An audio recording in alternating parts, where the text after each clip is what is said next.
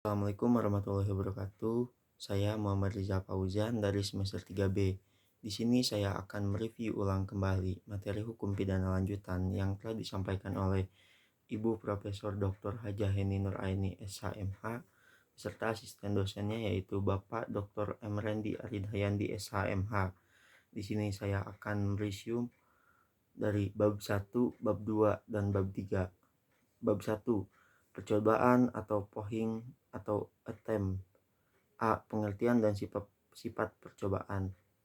Pengertian atau definisi tentang percobaan tindak pidana tidak diatur dalam KUHP, hanya ada batasan yang menentukan kapan ada percobaan dan menentukan syarat-syaratnya saja, yaitu seperti diatur dalam pasal 53 KUHP.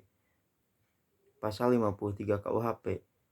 Yang pertama, mencoba melakukan kejahatan dipidana jika niat untuk itu telah ternyata dari adanya permulaan pelaksanaan dan tidak selesainya pelaksanaan itu bukan semata-mata disebabkan karena kehendaknya sendiri. 2.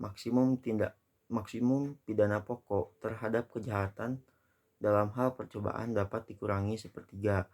3. Jika kejahatan diancam dengan pidana mati dan pidana seumur hidup, dijatuhkan pidana penjara paling lama 15 tahun. 4.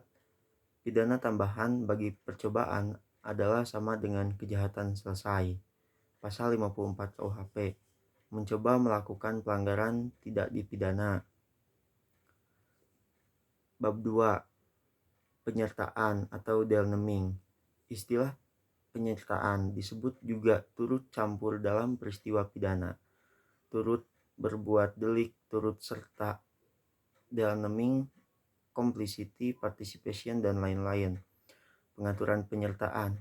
A. Secara umum, buku 1 bab 5 KUHP pasal 55 sampai dengan 62. B. Secara khusus, secara tersebut dalam buku 2 KUHP, buku 3 KUHP, dan beberapa peraturan di luar KUHP atau tindak pidana khusus. C. Pengertian penyertaan. Penyertaan adalah apabila suatu tindak pidana terlibat lebih dari satu orang atau beberapa orang melibatkan diri dalam satu tindak pidana. Bab 3. Perbarengan atau gabungan tindak pidana. Pengertian perbarengan atau gabungan tindak pidana.